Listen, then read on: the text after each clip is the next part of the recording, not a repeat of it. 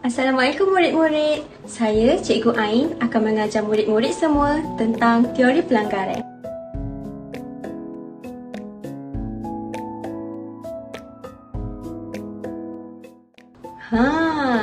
Apa kaitan pelanggaran kereta tadi dengan apa yang kita nak belajar pada hari ini? Menurut teori pelanggaran, zarah bahan tindak balas perlu bergantung kepada satu sama lain dan kadar tindak balas bergantung kepada frekuensi pelanggaran berkesan. Tapi, tidak semua pelanggaran berkesan akan menyebabkan tindak balas berlaku. Bagi menghasilkan pelanggaran berkesan, zarah bahan tindak balas mesti mempunyai nilai tenaga yang sama atau melebihi tenaga pengaktifan. Mari kita mendalami apa itu tenaga pengaktifan. Baiklah murid-murid, ini merupakan analogi bagi halangan tenaga pengaktifan. Bagi menghasilkan tenaga pengaktifan, zarah bahan tindak balas perlu mempunyai nilai tenaga yang mencukupi untuk memulakan tindak balas. Dalam erti kata lain, tenaga pengaktifan diperlukan untuk memulakan tindak balas. Contoh yang boleh kita lihat, halangan tenaga yang perlu diatasi sebelum tindak balas bermula.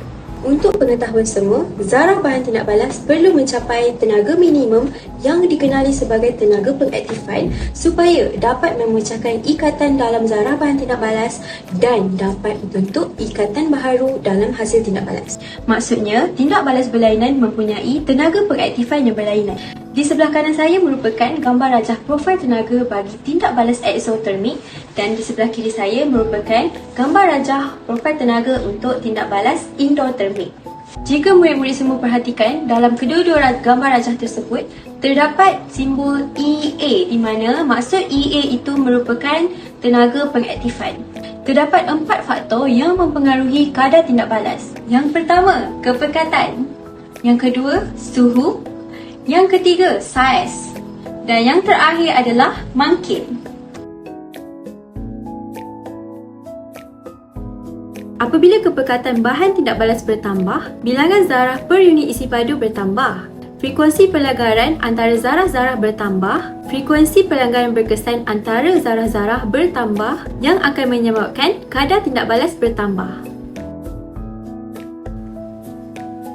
Bagi saiz pula, apabila jumlah luas permukaan bahan tindak balas bertambah, jumlah luas permukaan terdedah kepada pelanggaran bertambah, frekuensi pelanggaran antara zarah-zarah bertambah, frekuensi pelanggaran berkesan antara zarah-zarah bertambah dan yang akan menyebabkan kadar tindak balas bertambah.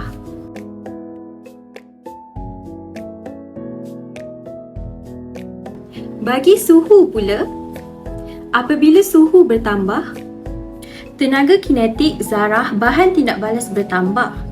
Lebih banyak zarah bertenaga untuk menghasilkan tenaga pengaktifan, pelanggaran frekuensi berkesan antara zarah-zarah bertambah dan kadar tindak balas akan bertambah. Untuk pengetahuan murid-murid semua, suhu merupakan suatu purata tenaga kinetik zarah.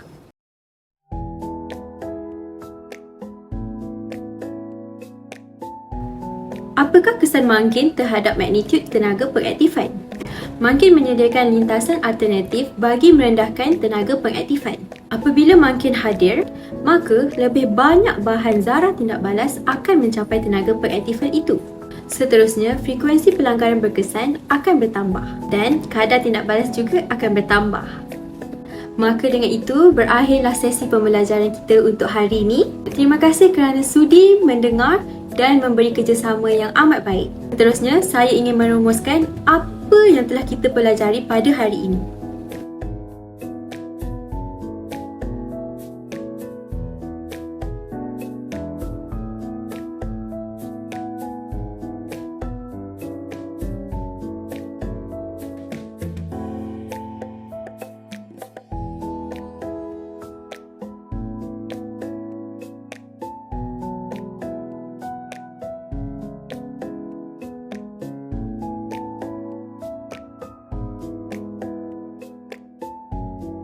Untuk soalan pertama, huraikan teori pelanggaran secara ringkas. Yang kedua, berikan 3 contoh situasi yang melibatkan tenaga pengaktifan. Yang ketiga, lukiskan serta label gambar rajah profil tenaga bagi tindak balas eksotermik dan endothermik. Saya harap murid-murid semua akan lebih faham tentang subtopik ini selepas membuat latihan yang telah diberikan. Sekian, terima kasih dan Assalamualaikum.